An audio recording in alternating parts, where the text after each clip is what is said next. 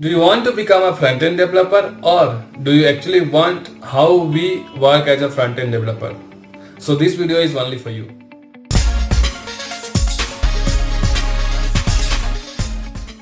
Hello everyone, मेरा नाम है विशाल और आप सभी का स्वागत है मेरे इस यूट्यूब चैनल में जिसका नाम है क्रेजी फॉर इंटरव्यू। तो दोस्तों, आज हम बात करने वाले हैं फ्रंट एंड डेवलपमेंट के बारे में।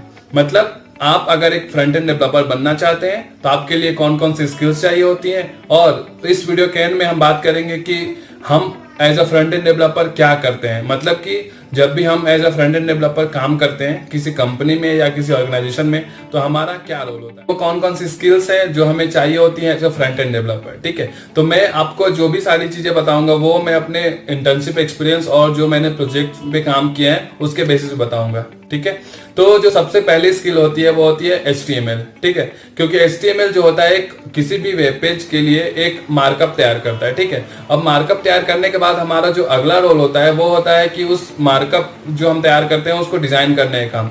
तो उस डिजाइन करने का काम के लिए हम कौन सा यूज करते हैं, तो CSS यूज करते हैं। ठीक है, तो ये हो गई HTML और CSS की बात। ठीक है, अब उसके बाद आता है कि जो भी हम वेबसाइट बना रहे हैं, ठीक है, तो वो रेस्पॉन्सिव होना चाहिए। रेस्पॉन्सिव इन द सेंस कि वो जो वेबसाइट है वो बहुत अच्छे तरीके से फोन में भी खुलने चाहिए। ठीक है, और टैबलेट में भी अच्छे से ओपन होना चाहिए, और टीवी में या LED में जहां भी हम ओपन कर रहे हो, या डेस्कटॉप में या लैपटॉप में भी, तो वहां भी वो स्क्रीन साइज के अकॉर्डिंग वो अपने आप को अरेंज कर लेना चाहिए। ठीक है, तो ये चीज हम CSS के थ्रू भी कर सकते हैं, लेकिन इससे अच्छा जो फ्रेमवर्क है वो है बूटस्ट्रैप। क्योंकि अगर मैं बूटस्ट्रैप का यूज करता हूं तो बूटस्ट्रैप से ये फायदे होते हैं कि वहां पे बनी बनाई क्लासेस हैं बहुत सारी। ठीक है, मतलब प्री डिफाइंड क्लासेस हैं, तो उसका हम यूज करके उसमें हमें सबसे इजी तरीके से क्या करना होता है कि हम सबसे पहले उसके लिंक को टैग करते हैं। ठीक है, उसके बाद से हम उसमें जो भी प्री डिफाइंड क्लासेस हैं उसको यूज करते हैं अपने कोड में, और जो हमारा वेबसाइट है वो रेस्पॉन्सिव हो जाता है। ठीक है,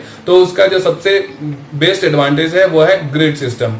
ठीक है, तो ये बात हो गई HTML, CSS और बूटस्ट्रैप की। ठीक है, तो अब इन तीनों का यूज करके हम सिर्फ एक UI प्रिपेयर कर सकते हैं। ठीक है, UI in the sense user interface, मतलब जो वेबसाइट जो आगे से दिखती है उसकी स्क्रीन, वो हम तैयार कर सकते हैं HTML, CSS और बूटस्ट्रैप के थ्रू। ठीक है, लेकिन इसके बाद का जो हमारा काम होता है as a front end developer, वो काम होता है कि हमें जो भी रिक्वेस्ट करनी होती है, ठीक है, मतलब जो भी हमें डेटा मंगाने होते हैं बैकएंड से, या जो भी डेटा फेच करने होते हैं, ठीक है, तो उसके लिए हमें रिक्वेस्ट मारनी पड़ती है बैकएंड को। और बैकएंड मतलब कि जो जहां पे डेटाबेस होता है या बैकएंड का कोड लिखा रहता है वहां से हमें डेटा फेच करना होता है। ठीक है, तो उसके लिए हमें लैंग्वेजेस यूज करने होते हैं। जैसे बहुत सारे लैंग्वेजेस हैं फ्रंट एंड टेक्नोलॉजीज में, लाइक जावास्क्रिप्ट हो गया, टाइपस्क्रिप्ट हो गया, उसका बाद इसके फ्रेमवर्क हैं जैसे एंगुलर JS हो गए, या एंगुलर 2+ वर्जन्स जितने हैं, अभी एंगुलर 9 करंट में चल रहा है, जो कि बहुत ज़्यादा हाईली डिमांडिंग टेक्नोलॉजी है।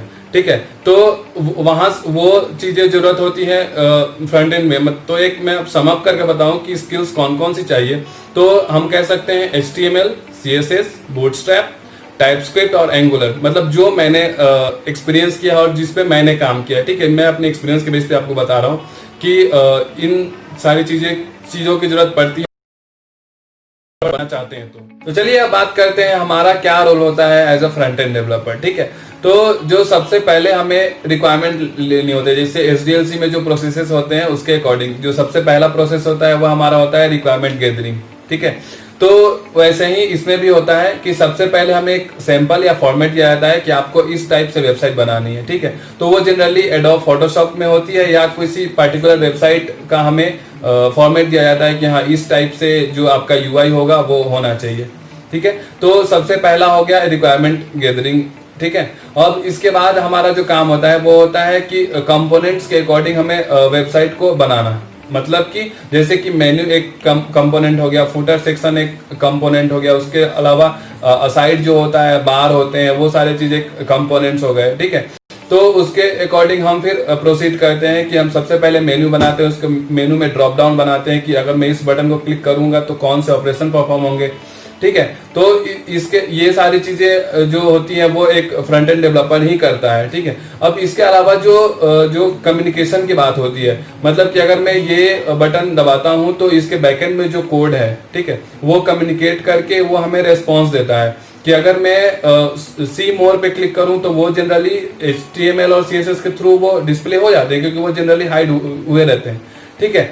लेकिन जब भी हम बैकएंड से रिक्वेस्ट मंगाते हैं, अगर मैं एक एग्जांपल देके आपको बताऊं तो जैसे गूगल फॉर्म होता है, तो गूगल फॉर्म में हम जो भी डेटा एंट्री करते हैं वो डेटाबेस में जाकर सेव होता है, ठीक है, और जो उसका एडमिन होता है वो उसको देख सकता है। तो जब तक अगर फ्रंट एंड से वो कोड बैकएंड तक नहीं जाएगा तो वो वहां पे देख नहीं सकता है। तो हमारा भी काम वैसा ही होता है कि हमारा काम होता है कि हमें वो सारी चीजें डिजाइन करनी होती है और हमें तैयार करना होता है यूआई, और जो यूआई होना चाहिए वो कम्युनिकेट करना चाहिए बैकएंड के कोड से। तो ये हमारा सबसे पहला काम होता है। और इसके अलावा जो चीजें होती है, जैसे कि अगर मैं आपको बताऊं डिफरेंट पेजेस बनाना, ठीक है, तो डिफरेंट पेजेस में भी डिफरेंट ऑपरेशन परफॉर्म होते हैं, ठीक है। तो अब इसके अलावा मैं आपको बताऊं तो सबसे जो मेन होता है वो होता है जैसे बटन, ठीक है। तो बहुत सारे बटन्स हम बनाते हैं किसी एक वेबसाइट में, तो अब बटन क्लिक करने पर, कौन से बटन को क्लिक करने पे कौन सा ऑपरेशन परफॉर्म होता है। जैसे कि एक नॉर्मल सा एग्जांपल आपको बताऊं कि एक ई कॉमर्स वेबसाइट है, ठीक है, तो उसमें अगर मैं 2 या 3 प्रोडक्ट लेता हूं तो वहां पे प्लस बटन आता है कि सेम प्रोडक्ट मुझे डिफरेंट क्वांटिटी में चाहिए होती है, तो प्लस अगर मैं क्लिक करूं वहां बैकएंड में कौन से ऑपरेशन परफॉर्म होंगे, मतलब कि वो ऐड होने चाहिए, तो वहां पे एक एडिशन का प्रोग्राम हमें बनाना होता है, ठीक है। तो इस टाइप से कोडिंग होती है जो फ्रंट एंड डेवलपर काम करते हैं, तो वहां पे ये सारी चीजें होती है, ठीक है। तो इसके अलावा और भी बहुत सारी चीजें हैं जो as a front end developer आप कर सकते हो। तो बेसिक आइडिया जो था ये था कि आपको स्किल्स कौन कौन से चाहिए होंगी, जो एक समअप करके मैं आपको बता देता हूँ, ठीक है। तो HTML, CSS, bootstrap, TypeScript, angular के 2+ वर्जन जो टाइपस्क्रिप्ट के साथ कंपेटिबल है। अगर आप जावास्क्रिप्ट यूज करते हो तो आप एंगुलर JS यूज करोगे उसके फ्रेमवर्क के लिए, जो बेटर माना जाता है, ठीक है। तो ये स्किल्स रिक्वायरमेंट होती है फ्रंट एंड डेवलपर के लिए। और जो उनका काम होता है वो उनका काम होता है ये कि आपको एक वेबसाइट तैयार करनी है, आपको एक टेम्पलेट दिया जाता है, उसके अकॉर्डिंग आपको वेबसाइट बनानी होती है, और जो आप वेबसाइट बना रहे हो वो प्रॉपर कम्युनिकेट करना चाहिए डेटाबेस से और बैकएंड के कोड से। तो बैकएंड का कोड वैसे जनरली जावा में ही लिखा जाता है, जो कि सबसे ज्यादा सिक्योर माना जाता है। अगर आप ई कॉमर्स वेबसाइट बना रहे हो या पेमेंट गेटवे से रिलेटेड कोई वेब एप्लीकेशन बना रहे हो तो जावा ज्यादा सिक्योर माना जाता है, ठीक है। और डेटाबेस आप जो चाहो वो यूज कर सकते हो, तो वो तो खैर बैकएंड की बात हो गई। लेकिन फ्रंट एंड में ये सारी स्किल्स या टेक्नोलॉजी आप यूज कर सकते हो, और आपका जो काम होता है वो ये होता है कि आपके जो रिक्वेस्ट है, मतलब जो यूजर की रिक्वायरमेंट है वो सबसे पहले कम्युनिकेट करना बैकएंड के कोड से, और उसको डिस्प्ले करना स्क्रीन पे, जो कि यूजर देख सकता है और वो यूजर इंटरेक्ट कर सकता है, ठीक है। तो ये था आज का वीडियो। मुझे उम्मीद है कि आपको ये वीडियो पसंद आया होगा। अगर ये वीडियो पसंद आए तो प्लीज मेरे इस वीडियो को लाइक कीजिए, और अगर हो सके कि आपको फ्रंट एंड टेक्नोलॉजी में इंटरेस्ट नहीं हो, लेकिन आपके किसी फ्रेंड्स को या जूनियर या सीनियर जो भी हो कांटेक्ट में, उन्हें अगर बनना हो एज फ्रंट एंड डेवलपर, और वो चाहते हो कि क्या एक्चुअली काम होता है फ्रंट एंड डेवलपर का, तो प्लीज इस वीडियो को उनके साथ शेयर कीजिए। और अगर आप मेरे इस चैनल पर नए हैं तो प्लीज मेरे चैनल को सब्सक्राइब जरूर कीजिए, क्योंकि मैं आपके लिए हमेशा इसी वीडियो लेके आते रहता हूँ। See you in the next video.